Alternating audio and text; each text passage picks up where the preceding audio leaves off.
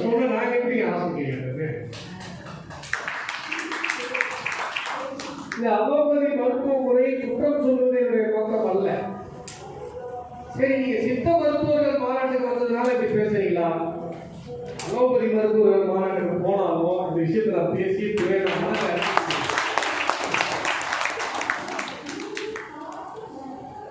இன்றைக்கு நம்முடைய சமூகத்தினுடைய, அதாவது சித்த வைத்தியர்கள் சமூகத்தினுடைய தேவை. நீங்க எனக்கு ஒரு மனு கொடுத்துருக்கீங்க.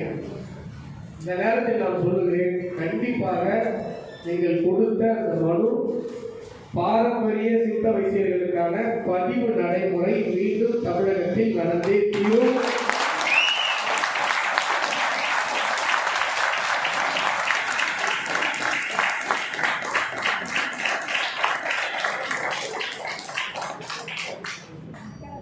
அது நம்முடைய சித்த பெருமக்களுக்கு, சித்தர் பரம்பரைக்கு, நம்முடைய சித்த பாரம்பரிய வைத்தியர்களுக்கு நாம் செய்கிற நன்மை மட்டுமல்ல, தமிழக மக்களுக்கு நாம் செய்கிற நன்மை.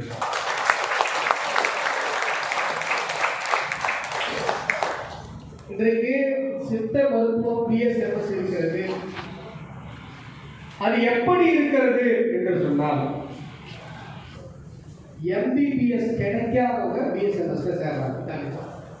எம்பிபிஎஸ்க்கு நீட்டுக்கு எழுதுறாங்க, மார்க் கம்மியாக இருந்ததுன்னா பிஎஸ்எம்எஸ் போய் சேர்ந்துடுறாங்க. காதலிச்சது ஒரு பொண்ணை, கல்யாணம் பண்ணது ஒரு பொண்ணு. நீ நல்லா ஆரம்ப யோசிச்சு பாருங்க. சித்த மருத்துவத்தில் நான் படிக்க வேண்டும் என்று அந்த மருத்துவத்தை காதலித்து அந்த படிப்பை படித்து அதன் பிறகு சித்த மருத்துவராக ஒருவர் பயிற்சி செய்கிறார் என்று சொன்னால் அவருடைய பயிற்சி எப்படி இருக்கும்? எம்பிபிஎஸ் அலோபதி மருத்துவராக நான் மாற வேண்டும் என்று கனவு கண்ட ஒரு மாணவனோ ஒரு மாணவியோ, அந்த மருத்துவம் தனக்கு அந்த மதிப்பெண்களை கிடைக்கவில்லை என்பதற்காக அவர் பிஎஸ்எம்எஸ் படித்தா அவங்களுடைய, நீங்க சொல்ல நம்ப மாட்டீங்க, நம்முடைய தாம்பரத்துல தேசிய மருத்துவ சித்த மருத்துவ ஆய்வு நிலையம் இருக்கு. இதெல்லாம் தெரியும். எனக்கு நேர்ந்த ஒரு அனுபவம். ஒரு குறிப்பிட்ட ஒரு சிகிச்சைக்காக என்னுடைய வீட்டில் ஒருத்தரை, என்னுடைய உறவினர் ஒருத்தவங்கள அந்த மருத்துவரே, சீனியர் மருத்துவரே சொன்னார், சார் இது இங்கே ட்ரீட்மெண்ட் கிடையாது, நீங்க அலோபதி. என்ன காரணம் என்று சொன்னால், அவங்க அலோபதியை நேசிக்கிறார்கள். கிடைக்காதனால, லவ் பண்ண பொண்ணு கிடைக்காதனால வீட்டில் பார்த்த காரணம் பொண்ணு காரணம்.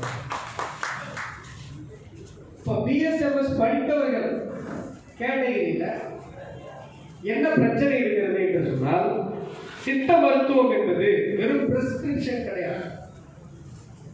அலோபதியை பொறுத்தவரை ஒரு மெடிசன் இருக்கு, ஒரு கெமிக்கல் இருக்கு அப்படின்னு சொன்னா அந்த கெமிக்கல் ப்ரொடெக்ஷன் ஒரு இடத்துல நடக்கும், அந்த தர கட்டுப்பாடு ஒரு இடத்துல நடக்கும். ஆனா கொஞ்சம் கேட்கறதுனால பரவாயில்ல, கொஞ்சம் அமைதியா இருக்க மொத்தம் கேட்க. ஒரு தர கட்டுப்பாடு, ஒரு மருந்து உற்பத்தி முறை, இதெல்லாம் தனித்தனியா இருக்கு, எல்லாம் வேற வேற டிபார்ட்மெண்ட். ஒரு மருத்துவருடைய வேலை என்ன என்று சொன்னால் என்ன, அந்த மெடிசனை எடுத்து அந்த கையில கொடுக்கிறது மட்டும்தான் ஒரு மருத்துவ. ஆனால் சித்த மருத்துவத்தை பொறுத்தவரை அந்த குறிப்பிட்ட மூலிகையை எந்த நேரத்தில் பறிக்க வேண்டும் என்பதால், அந்த மருந்தை செய்யும் பொழுது எந்த தெய்வத்தை வணங்கிவிட்டு செய்ய வேண்டும் என்று அந்த குரு சொல்லி கொடுக்கிறது. அந்த பரம்பரை வைத்தியர் என்று சொன்னால் பரம்பரை பரம்பரையாக அவருடைய டிஎன்ஏ இருக்கிற அந்த ஜீன்ல இருக்கு அந்த மருத்துவ முறை. அப்படி அந்த மருந்து முறையை உருவாக்கி அவர்கள் அளிக்கிறார். இன்றைக்கு பிஎஸ்எம்எஸ் படிக்கிற மாணவர்கள் பலருக்கும் மருந்து வியாதி என்ன என்ன என்று தெரியுமே ஒழிய எந்த மருந்து எப்படி செய்யப்படுகிறது, எந்த மூலிகை எந்த நேரத்தில் பறிக்க வேண்டும், எதோடு சேர்த்து அரைக்க வேண்டும், எந்த பதத்தில் உருவாக்க வேண்டும் தெரியவே தெரியாது. ஆகையால்தான் நான் ஒரு பரிந்துரை கூட கொடுத்தேன். இந்த பிஎஸ்எம்எஸ் பயிற்சி கல்லூரிகள்ல, சித்த வைத்திய கல்லூரிகள்ல நீங்கள் பரம்பரை சித்த மருத்துவர்களை